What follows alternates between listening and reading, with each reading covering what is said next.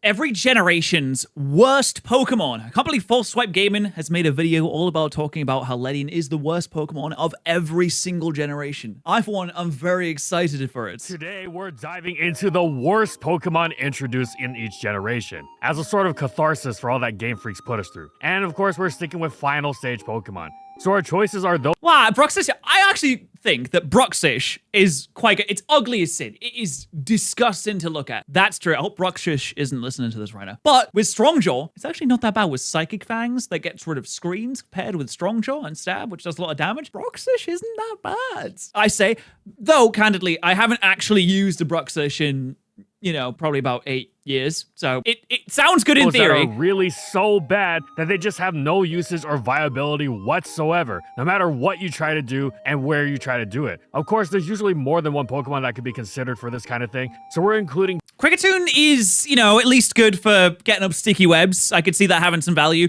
I just don't see what Cherrim ever does. Whenever people talk about bad Pokemon in Generation 4, it's like, oh, Wormadam, which, yeah, it's terrible. Oh, Bibarel, which is, good for HMs at the very least, if not in competitive. But Cherrim, like, what does Cherrim even do? You can run it on a Sun team. I guess I wouldn't know much about Sun teams. I live literally in the UK, but still, even on a Sun team, what does it even do it? 2 additional contenders for each generation. Now, without further ado, let's kick things off, or punch things off rather, with Hitmonchan in Gen 1. That's so sad. Also, oh my god, what am I looking at right now? Christ, what a creature. What a beautiful creature I'm looking at. Also, this is False Swipe Gaming. If you haven't subscribed to False Swipe Gaming and you're at all interested in Pokemon, specifically competitive Pokemon, you should be, because they're so close to 500,000. And also, I haven't done an offline recording in a while. Hey, how you doing? There's no chat to one guy me today. There's no chat to say Lul, Streamer, Dom today. Hitmonchan is the worst fighting type in the generation where fighting is the worst type in the game. This is not the. Really? Okay, this is news to me. I didn't realize fighting was the worst type in Generation 1. Like that, I've never even considered that. I would assume it was Bug. Bug feels, without a doubt, the worst type, and it's not even close. It has like one move. End all be all, of course, but it's a heck of a solid start. That said, its competition is stiff, in the form of those famously flawed early game bugs, Butterfree and Beedrill. Themselves no slouches in the department of bad, exploitable typing, and appalling poor stats, leaving them unable to leave any sort of impact on the game. Hitmonchan's got base 105 attack, which is actually quite good.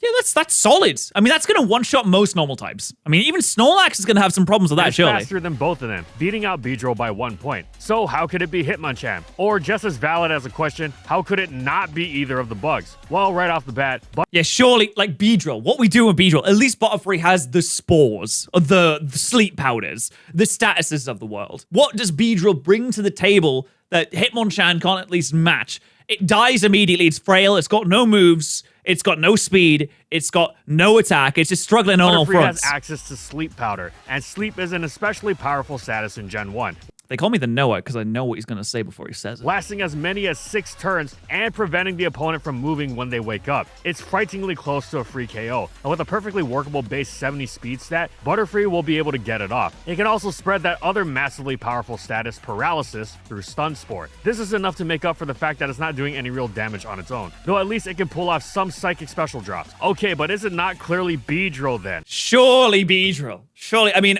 what are we going to say? We're going to say you can Swords Dance, get up to +2. Maybe you can actually poison anything you want with Twin Needle. Well, Beedrill actually has. I think you can poison types with Twin Needle in Generation 1 specifically. I think I learned that from a False Swipe Gaming video, actually. So they only call me the Noah because I've been watching a lot of these and I've been learning. The tools to potentially finish the game off against a very, very weakened team, mind you. But with oh, God. Look at this animation. Oh my god, he's just wriggling his giblies at you on the screen in front of everyone. I didn't think, oh come on, there's no way Beedrill's allowed within like 500 meters of a school, surely. But with look at him, he's just pissing on the moon. He's doing the Dr. Eggman, I'm gonna piss on the moon. Boosted Hyper Beam at its disposal, and potentially even agility, it's got more to work with than Hitmonchan. It's also got much better stab because its Twin Needle, weak though it is, actually strikes the best type in the game, Psychic, for super effective damage. That's fair. But let's be honest. I mean, when is Beedrill get out with Speed Alakazam outside of an agility? It's not going to be able to do that. And it needs a turn to set up the agility. I mean, bugs are relatively easy to squash in Generation 1. Hitmonchan's Stab, on the other hand, thuds into said type, and pretty much everything else for that matter, even when hitting neutrally. Wait, it's submission? That's the only stab move it gets? Surely there's better fighting type moves than submission. Sure, it hits normal and rocks super effectively, but its stab move is the pathetic 80 base power, 80% accurate, 25% recoil-inducing submission. Isn't it crazy that they literally introduced a boxing Pokemon in Generation 1 and didn't really give it many good fighting punch moves or any good fighting punch moves to work with?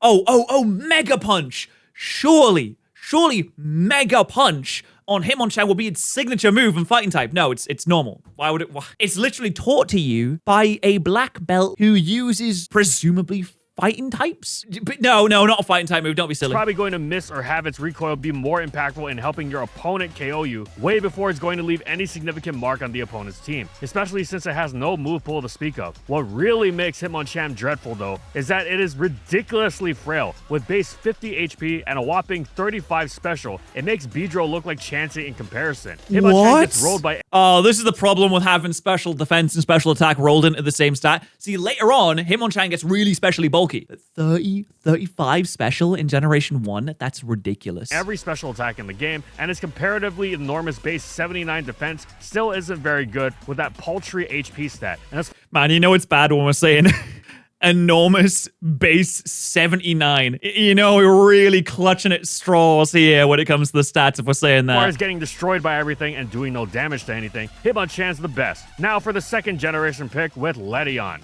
Come on. Yes! Wait, yes! I knew it.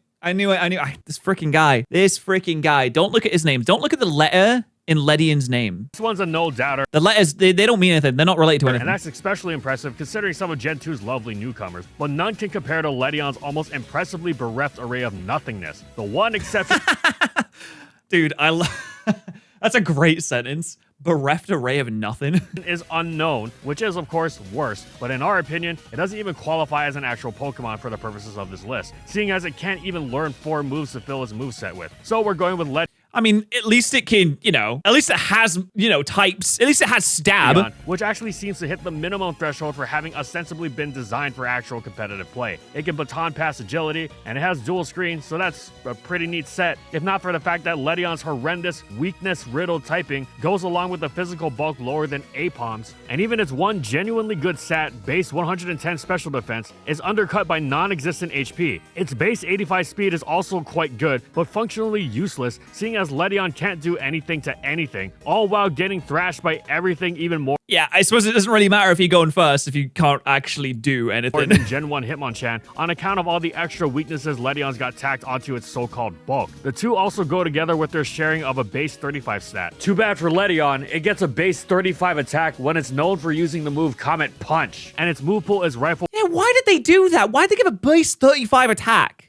They could have done Ledion so much better. I really like Ledibur as a Pokemon. It's so cute. And then when it evolves, it becomes so useless. It becomes Syndrome from The Incredibles, who's like, oh, I want to be Hero 2. And Mr. Incredibles is like, no, you can't. You have base 35 attack. Like, what are we doing here? With punching moves, and it would even get Iron Fist as an ability in Gen 5 as some sort of cosmic mockery. Not that you have to get past Gen 2 for that, seeing as it lacks even the ability to pass Swords Dance that Whoa, okay. So, you could Swords Dance, and when you get to +6 with Iron Fist, you might do a few points of damage. It would have in Gen 3 and on. That alone would have rocked it past Apom for worse. It's not even stab. Comp Punch isn't even stab. Oh, it's so embarrassing. Oh my god, it's so bad. But you know what's pretty good is that I'm on Spotify now. I don't know if you guys use Spotify much, but you can watch my videos on Spotify now if you'd like to. So I'll leave the link for that in the description if you're interested. In game status, but instead Apom's mono normal stab, fighting weakness only curse rest talk set is chilling as pretty much Snorlax tier next to Ledion's stunner of a do nothing toolkit. Remind me again why Ledion didn't get a Mega? Then again, you can say that for most Pokemon on this list, such as the Gen 3 pick.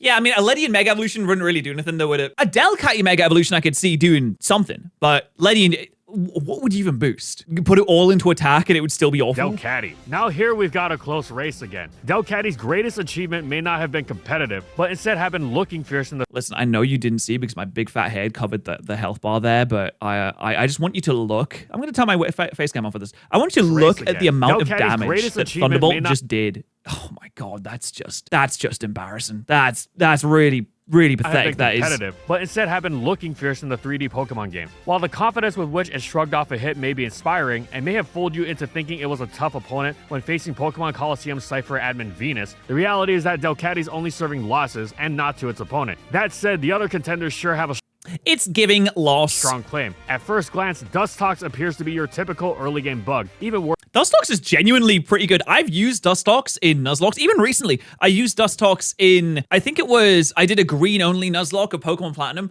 and you know what? It was pretty helpful, especially early on in the game against, like, Gardenia's Gym. Pretty solid. I mean, obviously, this is a video about singles competitive formats, but Dustox is pretty specially defensive. It's got powder moves. It's not the most useless thing. It has a cool design, too. His cousin Beautifly, since the latter actually has a decent attacking stat and is immune to Earthquake and Spikes, qualities Dustox impressively lacks. You've also got Mightyena, which after the initial awe of seeing either Maxie or Archie lead off with it and intimidate, I mean, this looks cool. This is like, oh, it's got a big dog thing. That's well impressive. You wears off. Mightyena feels like a not fully realized Pokemon whose final stage was left unfinished, thus leaving Mightyena out to dry. It doesn't have any good stats. Even its best one, attack, is quite low. It does feel like the really mediocre second stage of like a 3-stage evolution line. Like, could you imagine how sick it would have been if Mightyena was one of the pseudos in Generation 3 and it had like a final evolution that was like maybe like this grand 3-headed dog or just something a bit bigger and more impressive. Now, I would never want to take away Salamence or Metagross. I wouldn't want to do that. But like, there's potential there. In Gen 3, it lacks physical stat being a dark type. However, when you consider them against Delcatty, these two look like titans of competitive dominance. Dustox has what can be considered, under the circumstances, a real special defense stat and has some good utility moves. Moonlight's healing, Sludge Bomb is an actually worthwhile stab move and has a 30% poison rate, and it can even phase around some Spikes damage with Whirlwind. Meanwhile, the attack boosting Howl and the status clearing Heal Bell, alongside the general excellence of Intimidate, Mightyena can actually leverage some use, both offensively and defensively, maybe even on the same set. Plus, incomplete though its stat spread may seem, next to Delcatty, it's rocking some serious third stage numbers. I think Mightyena might have been a little bit better if it was normal dark type, but maybe that wouldn't have really fit. I think with Return, if it would Return with Stab, it would have been really nice. Which means the Heal Bell that Delcatty also has winds up useless. Oh, dude, why are we using a Delcatty against a Metagross, guys? What are we doing? How have we gotten in this situation to begin with? What terrible life choices have we made where this is where we've ended up? When it can't actually take any hits so as to safely pull it off, nor does its Wish or its Thunder Wave or even its Calm Mind baton passing. Delcatty is certainly not lacking in impact. It's fighting a Tyranitar now. Oh my god, yeah, cheers, mate. Cheers. That's really good. Moves, and it's even got Ice Beam in its Mikat's dead now. Brilliant. Coverage arsenal, but it's brandishing them, if it can even be called that, from non-existent stats, a largely useless ability, and Mononormal's distinct lack of resistances. On the bright side, Delcatty's pre-evolution Skitty is amazing in Pokemon Mystery Dungeon. So that's huge. Oh, big. Congratulations. Hey, congratulations to Delcatty for having a good pre-evolution in the Mystery Dungeon games. That is big. That is big and impressive, but not as big and impressive as the money you can save using code Patterrz at Gamer Subs. Look, I've got a freaking sub noodle on a Gamer Subs cup. How good's that? And you can use code Patterrz and save a ton of freaking money. This is a long applause. It's really going on for a while. I thought it would have finished by now. You can stop now. Okay. So there's that. Now on to the gen with the best Mystery Dungeon game, the fourth, with Kricketune. Gen 4's got no shortage of Pokemon shoved. Wait, I'm sorry. Are we just lying for fun? The best Mystery Dungeon game, 4th gen. What are we do? Whoa. What are we talking about? Genuinely, what are we talking about? What was the 4th gen? Because there was Explorers of the Sky, and that was Gen 3, wasn't it? Oh god, it was Gen 3, wasn't it? Am I stupid? Oh my god, it was Generation 4. Never mind, I'm an idiot. I take it back. No, you're right. Explorers of the Sky was the guest. It was the go. It was scrambling in this race to the bottom. Kricketune may have won, yet something like Wormadam could have just as easily been here, but it was deemed too viable for having access to Stealth Rock. That said, seeing as Bibarel is such an icon of uselessness, on par with Ledion itself, it may come as a surprise to not see it here in all its bland, ineffective non-glory. Bibarel, if I remember correctly, has access to Simple and Curse. So you're getting double the stat buffs every single time you use it, which is not bad, with considering it also has Aqua Jet. I don't know if it has in Generation 4, actually. But in theory, if it does, that's really solid. However, the fact that it has an actually synergistic stab combination alongside 2 excellent abilities in Simple and Unaware means that, while it falls far short of those abilities' potential, it still has something it can aspire to. And this means even such a lowly beaver can still look down on the pair of bugs below it. Mothim, or Madam's cousin, also had a shot, simply because it has a terrible case of We Have Yanmega at Home, introduced in the same generation as this apex predator of bug flying type. Mothim is dust in Yanmega's hard-beating wings, unable to bypass its awful typing that just got so much worse with the introduction of Stealth Rock, the way the latter did with its auspicious amalgamation of attributes. However, you've got to hand this one to Kricketune. It may only pack a standard Stealth Rock weakness instead of a doubled one, but it worked overtime to make Mothim look extra good. Just like Mighty Ena, it has a strange, almost uncanny feeling of missing a 3rd stage evolution. So low are its stats, but Mighty Ena has at least something it can work with, or even a couple of something. Oh, he just one-shotted a Gengar with Sucker Punch? Well done, Mighty Ena. Kricketune, on the other hand, had what technically qualified as an attack stat, and other stats so low it may as well not have existed. Meanwhile, afflicted with the perils of Monobug's uselessness offensively and especially defensively, ensuring that even if it had an actual move pool, it wouldn't have amounted to anything. And this is before sticky webs even existed, wasn't it? So it's not like you can rely on that. Kricketune gets a little bit better later on due to the introduction of, actual moves it can use. But right now, all it has right now is the which, I mean, to be fair, that's all you need sometimes. Kricketune's greatest strength is in the musicality of its design, but the world's smallest violin plays for its competitive viability. Now that we're done bugging out over Damn, that was gorgeous. That was a beautiful sentence right there. Kricketune's sad song, we're moving our watch on to Generation 5 with Watchog. Watchog is unnerving. I don't think I've ever used a Watchog, and I don't think I ever will use a Watchog. Somewhere out there in the world, Watchog is someone's favorite Pokemon, which I have to say, are you all right? What's going on? Is everything all right at home? Maybe a bad day at work? The way it looks at you with those eyes. You would hope at least that this translates to some sort of competitive niche, but it pretty much just means hypnosis, which is cool, but its 60% accuracy is sub-focus blast tier. So you've got at least it could have been given an accuracy boost in ability, because it's one thing. It has the eyes for it. Have something else you can do. Sadly, outside of hypnosis, Watchog otherwise has a bad case of generic normal type disorder. It's not the worst in this regard, as its move pool is, well, not great, but Thunder Wave and Knockoff are amazing moves. Maybe throw the health having Super Fang into the mix and you've got something? Anything? Nope. The Pokemon that coast with pure utility moves generally have other traits that make them worthwhile. As ruinous as T-Wave can be, it alone cannot make up for Watchog's complete and utter lack of stats and resistance. Oh my god, it just died. That wasn't even a stab. It wasn't even a stab earthquake. Maybe if it has some sort of ability it can actually use. It's not that Analytic is a bad ability, very far from it, but it's not suited to Watchog's non-existent power, bulk, or inability to force anything to switch out. Well, what of its competitors Heatmor and Emolga? Heatmor already comes out on top, no question about it. Heatmor's sick though. Heatmor has the best move in the game, Fire Lash. I've been telling people about Heatmor for the longest time. Best move in the game. Lowers defense? What? Does damage? What? Signature move? Fire Lash. Boom. You don't need any other fire type move. Having both actual stab and attacking stats, as well as a fitting move pool and even an ability in Flash Fire. Emolga at least makes it close. It is itself almost devoid of anything useful to do, unable to either deal or withstand damage, but it does have much more useful typing, brandishing the same electric flying as Zapdos, which it may as well be relative to Watchog's complete non-entity. It's got actual resist and immunities, including even one to electric thanks to Motor Drive, and has more impactful utility with moves like Taunt and U-Turn, which were not given to the woebegone Watchog for whatever reason. Not that it would have made a difference in the end result, but it's the principle of the thing. Now, while it's not the worst, Emolga's close call here does bring to mind the Pika clones, which brings us to the choice for Generation 6. Of all the Pika clones, I feel like Emolga's one of the best ones. And now that I've heard him say that, I feel like Dedenne is going to be one of the worst of Generation 6. But I'm trying to think of other really bad Generation 6 Pokemon. I mean, Generation 6 has a lot of good mons. What's the Den? Yeah, there it is. It's Dedenne. The other contenders are Furfrou and Meowstic. I mean, Furfrou has a really good ability. Meowstic just kind of chills. I don't know. Meowstic has some kind of utility, kind of technically. I mean, it can use screens. That's pretty sick. Furfrou is so good in early game of Nuzlocke. If you get a Furfrou, before the 4th gym, it's absolutely amazing. It's a game saver. In fact, when I used it in, I think it was Ultra Sun and Moon, I had a Furfrou, and it carried me through like the first quarter of the game, almost single-handedly. But of course, we're talking about competitive today, and it's just, I mean, it's in a mini game. That's kind of fun. We have to catch Generation it. 7, Tapu Koko showed the world the vast offensive-defensive utility of electric fairy typing. In the previous generation, the same typed Deden was, one could say, less successful. It's actually got a good speed stat, the same as monsters like Landorus Incarnate and Thundurus Therian, and its special attack is, okay. Why are we grass not on a Thundurus? Okay, it's bad. It must have been a switch in. But it's not as desolate as its HP and defenses. But hey, Tapu Koko's special attack was hardly overwhelming in and of itself, and it wasn't exactly a tank either. So while Deden's not setting electric terrain, it can maybe leverage that typing into something? Not quite. The Cheek Pouch ability, which restores 33% after eating a berry, is a cool one, especially since Deden also learns Recycle to restore said berry. But this is the type of ability that makes it good. How does he recycle the berry? Wait, hold on. Recycle implies that we are reusing the same thing that has already been used, which if we're recycling a berry, I can only assume that that means the berry has been thrown up and is being eaten again, which to be fair, my cat does do that sometimes. He'll eat a little bit too quickly and then he'll throw up and then he'll be like, ooh, dinner too, which is disgusting.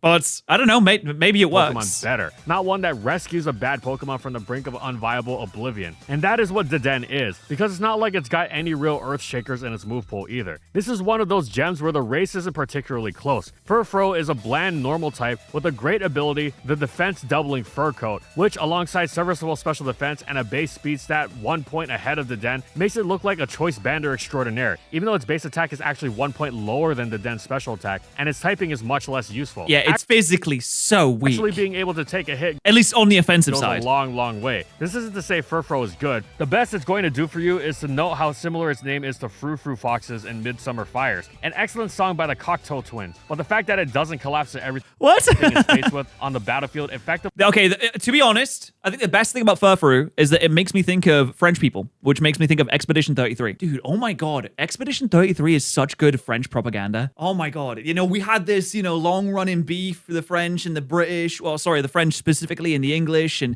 I mean, the English have had beef with everyone, the French and the English and the Scottish, the English and the Irish, the English and the Welsh, but the French was like #1 rival. And now all I think of when I think of France is Les Obscurs, da da da da da da da da da, and oh, it's completely reframed my whole perspective on France. I still don't want to go there. Really makes it stronger too, since it gets to attack more. Then there's Meowstic, which is fortunate enough to actually have gotten a Mega and many other moves as well, because boy did it need it. It's like Game Freak said, hey, this thing's got the Prankster ability, Thunder Wave, and dual screens. That's all it needs, right? Can we go back to focusing on what we really care about, i.e. the subtle, terrifying design now? Apparently, they answered themselves with a Why is he T-posing the whole time though? It doesn't need to do that, surely. Sounding yes, because the only thing Meowstic really had going for it was a good base speed stat. Still, priority dual screens are something. They can even be pretty neat, actually. And even if Meowstic were to go the actual attacking route, it's got Deden beat in power and bulk despite not having that much of either. Really, Deden's greatest impact is being that Vine-inspired meme. Remember Vine? For those who don't, it was TikTok before that existed. Somehow, people don't really remember Vine? What? There's so many YouTubers now that came from Vine, initially started on Vine,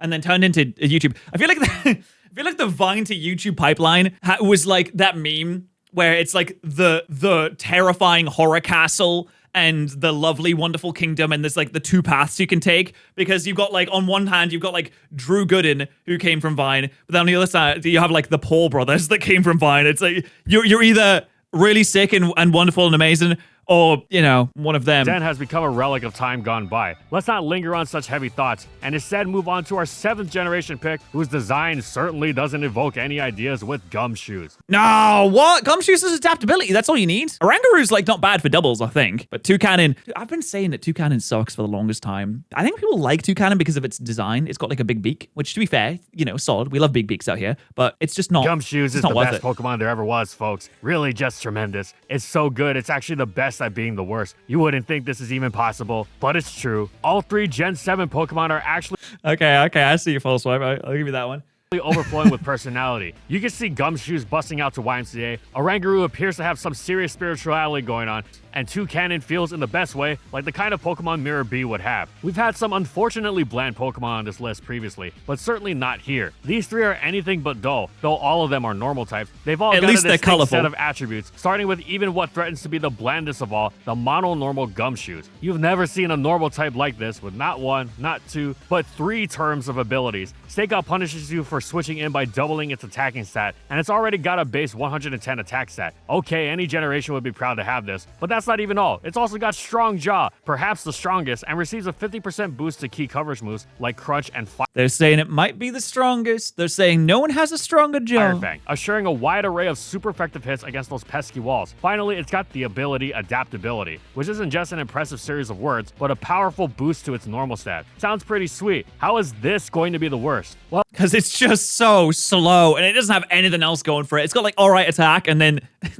they forgot to like type in the rest of the stats, so they got defaulted to the lowest it could possibly go. While Gumshoos is trying to solve everything through brute force, Oranguru is astral projecting to another dimension, aka using Trick Room, bringing its impact beyond its own damage and supporting its teammates. It doesn't hit as hard, but it's got Nasty Plot, Psychic stat that has actual super effective targets, and is actually a very good hit taker, with great HP and special defense alongside good defense, which improves its support and hit-taking capabilities alike. Meanwhile, 2 Cannon defies the limitations of the generic normal flying type with an excellent attack stat and a deceptively wide move pool. You know, if 2 Cannon wasn't slow, it wouldn't be so bad, but it's an Alola, and apparently everyone in Alola is just lazy or something. They don't want to move. They just don't want to move in Alola for some reason. Including Knockoff, Skill Link supported Bullet Seed, and even Overheat. It can even threaten burns on users of contact moves with its signature Beak Blast. It also helps that its speed and bulk, while actually quite low, still manage to leave Gumshoos in the dust. Yep, all that power Gumshoos claims to offer winds up being no more than hot air, considering how slow and fragile it is, to say nothing of the power itself. For all its advantages, slow and fragile. Oh, that reminds me of someone. Still not being especially impressive. It's the same mono-normal shtick we've seen so many times before. It's about time to move on to the next generation with Greedent.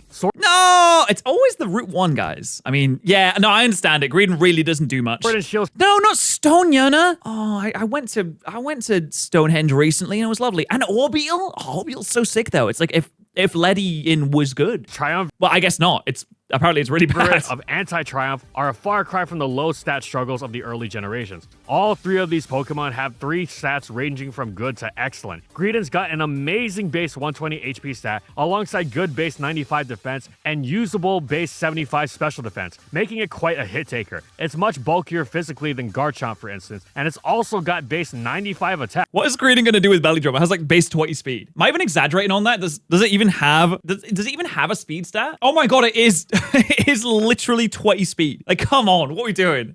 This offers some promise, especially with Belly Drum and the Cheek Pouch ability, synergizing beautifully with Citrus Berry. Well, what of the others? Take a look at Stone Joiner. It's got phenomenal physical bulk between great HP and incredible defense, as well as excellent attack alongside a great attacking move pool. And just when you think it's going to be let down by being slow, you see it even has perfectly workable base 70 speed. Yeah, I always say, like, Stone Joiner is not slow by any means. 70 is for a rock type?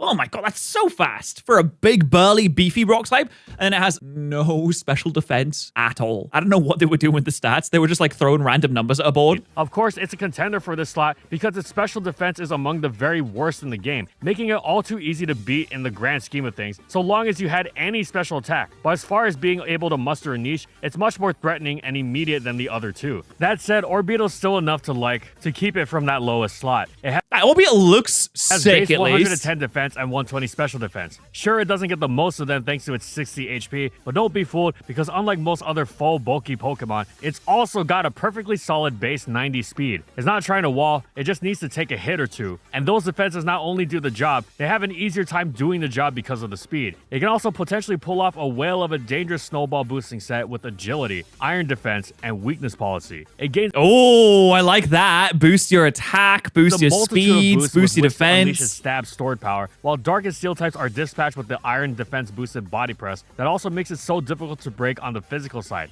That sounds like a really fun set to use. Weakness policy and agility and iron defense with stored power and body press. That sounds sick. Is it too idealistic to work in practice? Yeah, but compared to Greedent, it's all reliable. Greedent's base 20 speed makes Snorlax and the Slow Twins look zippy, to say nothing of the usual woes of normal typing. It's I think Slowbro is faster than this. Might as well call him Turbo. still not that bulky, at least not with next to no resist to work with, and that means it's just not worth the effort of trying to make its speed work for you on Trick Room, especially with its uninspiring normal stab, even at +6. Body Slam isn't exactly the all-destroyer it needs to be. Man, normal types have it rough, as if being normal type wasn't enough. But don't worry, for our 9th generation pick, we've got a Pokemon from one of the best types in the game. Okay, what is it? Wugtrio! Wait, Wugtrio? No, okay. I use Wugtrio a lot in Then We Fight videos, and I feel like Wugtrio is pretty solid. It's got Aqua Jet, it's got Triple Dive. Like, it doesn't really have a lot of options when it comes to its moves, right? But it's got triple dive. Yeah, wait, hold on. It's got triple dive. And if you band it and Terra, it's fast and it does a ton of damage. As long as you have, a team against you with a ton of wall weaknesses, then you might, you'd be pretty happy. Introducing Wugtrio. Not since Ledion has there been a Pokemon so staggeringly, peerlessly terrible. And Wugtrio